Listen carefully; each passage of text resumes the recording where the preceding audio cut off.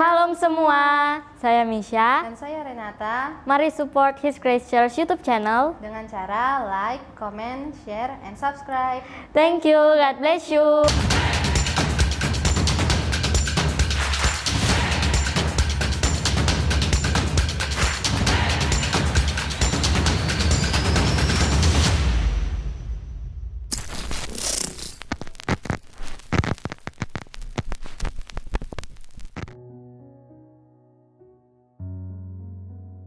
Ya, menurut saya sih jodoh itu dari Tuhan. Karena Tuhan tahu kita sebagai manusia punya kebutuhan biologis untuk punya pasangan maupun untuk hidup bersama orang lain. Seperti di Taman Eden, Adam tadinya awalnya hanya sendiri.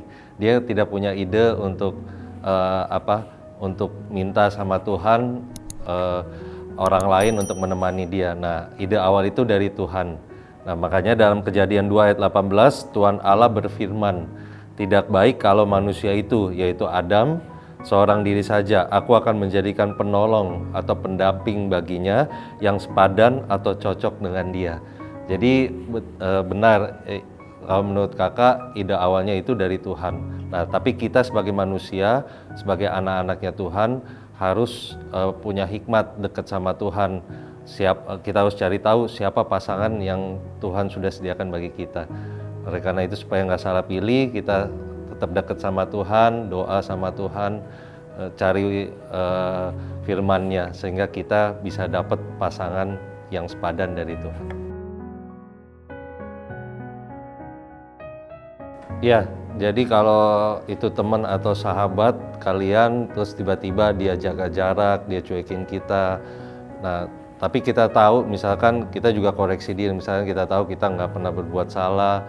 Nah, kita tetap tenang, doa sama Tuhan, dan ambil waktu. Mungkin kalau dia udah ada sesuatu yang dia simpan yang belum dia mau cerita. Jadi kita tetap punya pikiran yang positif, tetap komunikasi. Nah, suatu saat pasti dia akan cerita sama kita. Mungkin masalahnya bukan sama kita, tapi karena mungkin dia punya banyak masalah, dia belum mau cerita, sehingga mungkin dia seperti kelihatannya cuek, padahal enggak. Kalaupun kita misalkan itu penyebabnya ada kita, nah, suatu saat mungkin juga dia akan bicara sama kita.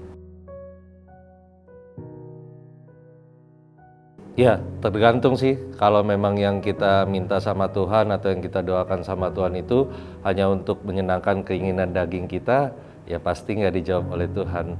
Kita salah minta, bahkan salah berdoa. Jadi kalau ketika teman-teman berdoa, itu sebenarnya fokusnya bukan kepada jawabannya saja, tapi fokusnya ketika kita minta atau doa sama Tuhan, kita fokus untuk mencari kehendak Tuhan. Nah, ketika kita tahu kehendak Tuhan, mengerti kehendak Tuhan, nah ketika kita berdoa, kita minta kehendak Tuhan itu, maka pasti Tuhan menjawab.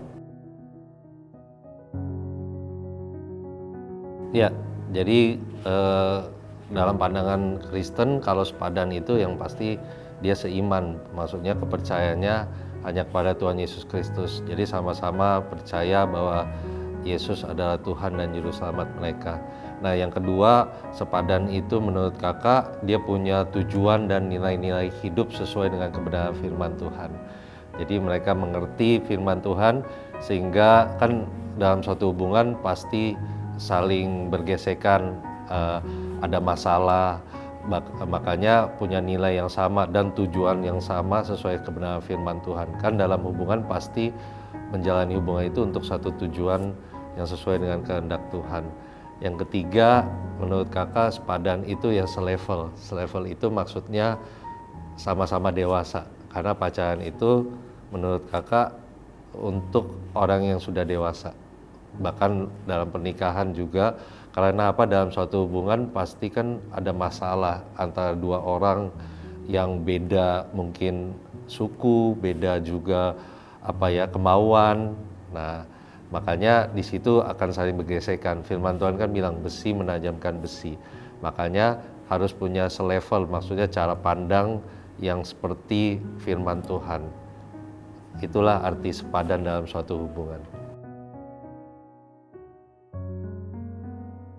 Ya, Kalau menurut saya definisi cinta itu ya Tuhan, karena Tuhan adalah kasih. Jadi kalau mau bicara tentang cinta harus berbicara tentang Yesus.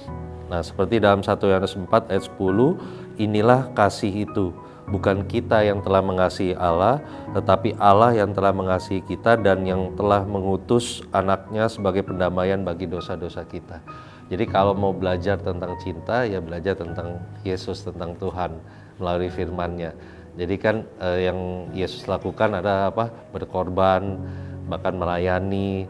Nah itu, jadi cinta itu berbicara tentang saling melayani, saling berkorban, ada pengorbanan di situ. Jadi itu definisi cinta menurut kakak.